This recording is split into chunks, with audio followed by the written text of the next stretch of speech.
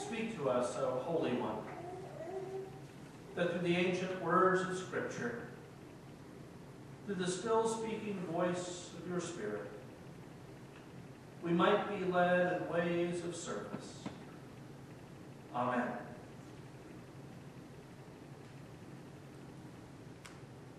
It's not the gift, but it's the thought that counts.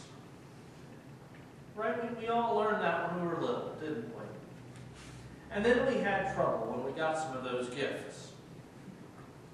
The ones that we kind of found ourselves wondering, was there any thought put into this? Maybe it was the gift at the office party, the one that was intended to be humorous, but somehow hurt. Maybe it was one of those gifts that a well-meaning individual picked up and gave to us because we needed another air freshener for the car. Well, things were closed. It was Christmas Eve and the gas station was all that was open. Those gifts.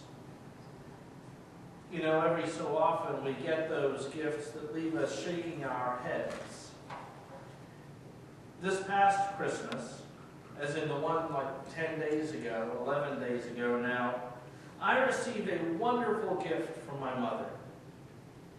A pair of pants. Now, in all fairness, I asked for a pair of pants. So, she went to my Amazon wish list, so clicked on it, bought me the pants. So thanks, Mom. They were great, except,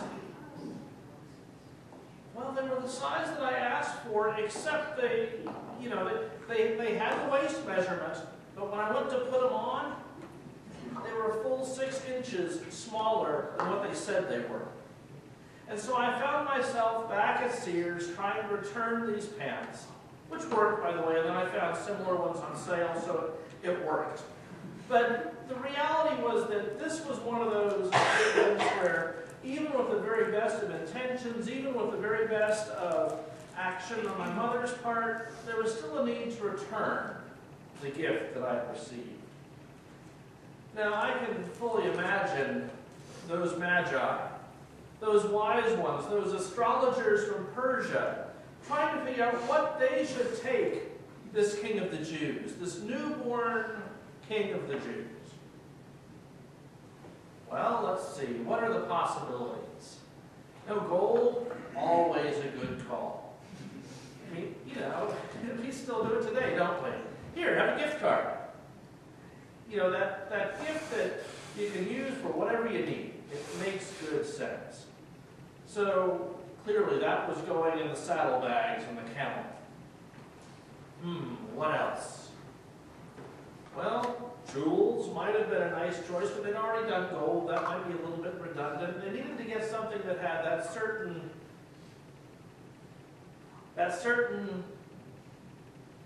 kinginess to it. And of course, in Persia, if you were a king, you were also, by definition, a god, because that's just how those Persians were. So to get a kingly gift meant to get a divine gift. Frankincense, that makes sense. That stuff that you got on the back of your hand, that smell that just smells like something special, was in fact an incense that was used in worship. It was used in the Temple of Jerusalem as part of worshiping God. It was burned as incense. It was also used in other temples to other gods. So this made a lot of sense for these astrologers from far away to bring. A wonderful gift for this king who was divine. And then, well, you can't just bring 2 gifts. You got to bring something else.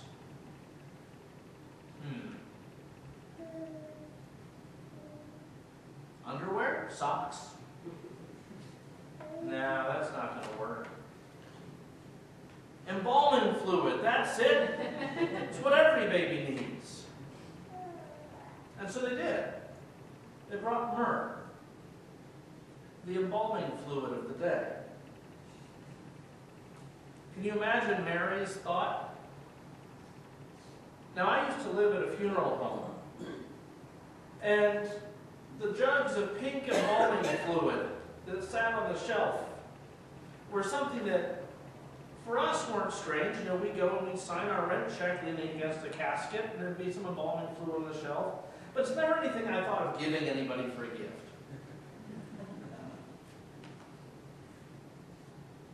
But that's what those wise ones brought. They must have known something was up. You know, that myrrh, it was definitely expensive. It was definitely valuable.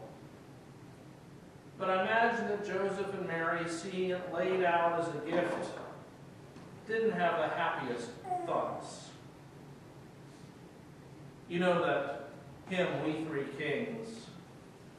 The verse, myrrh is mine, its bitter perfume breathes a life of gathering gloom, suffering, sighing, bleeding, dying, sealed in a stone-cold tomb.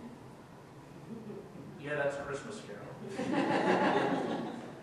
We always just sing the happy bit about We Three Kings of Orient are, but that's where it's all leading.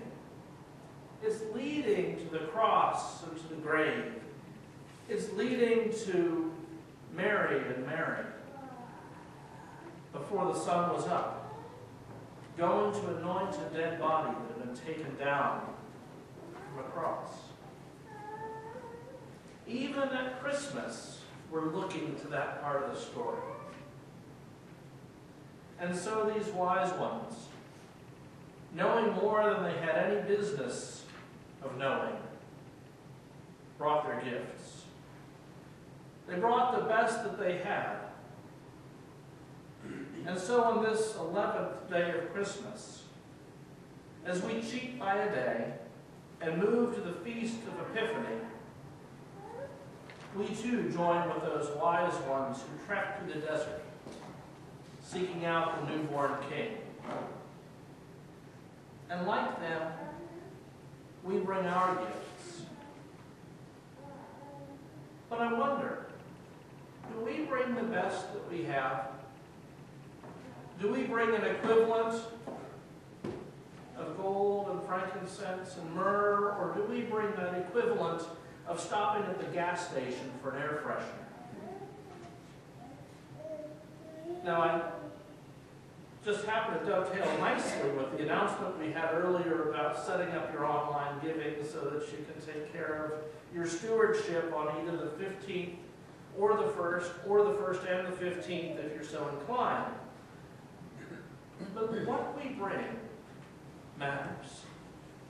And you as a church who are in the middle of an interim period are faced with the question, what is it that you bring?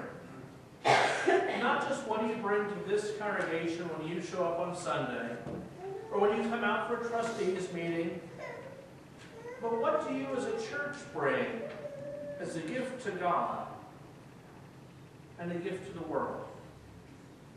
There is something special that you can offer. And yes, your gold is a part of it, but so is your frankincense, the worship that you offer. When we gather as God's people, something special happens. I'm tempted to say something magical, but magical isn't even a big enough word. Because when we come together to read Scripture, to sing hymns, to be taught, to share our prayers and our praise, we find ourselves made aware of God's presence in unique ways.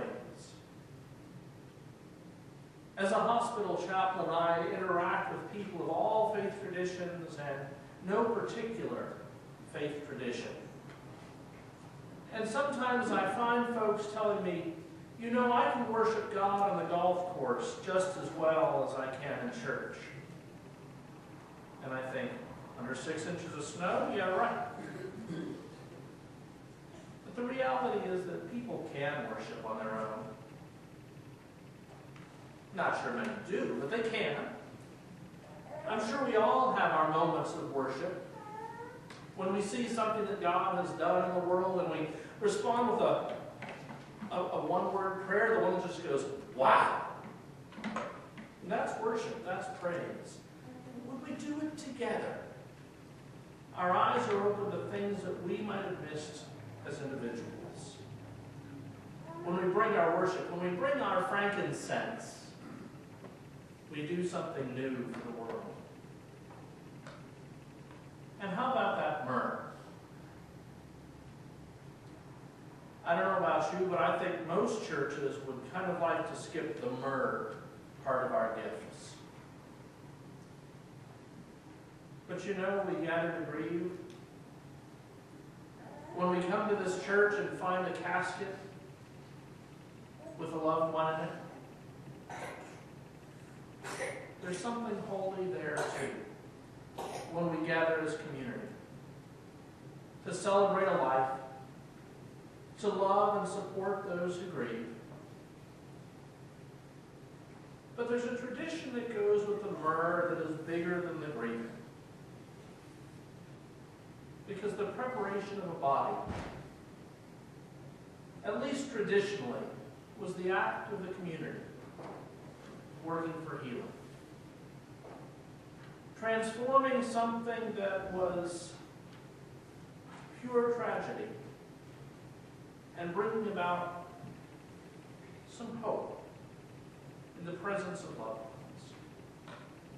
And yes, we do that as a congregation, but we do it in our city, in our town, in our, I don't know, is Bethany a village? What's the word I'm looking for here?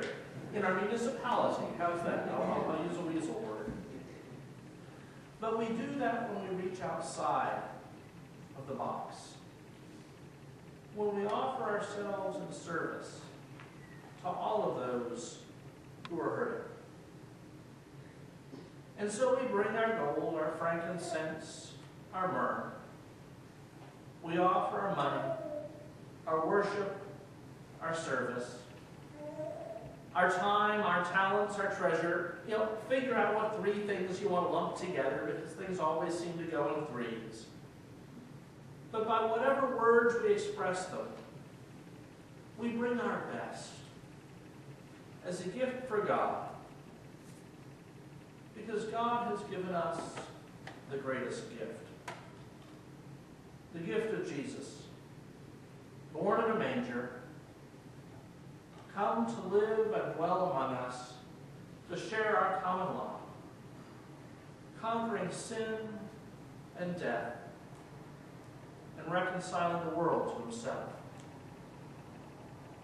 May we then, who seek to be wise ones, offer Christ our very best selves, our gold, our frankincense, and our myrrh. For our gifts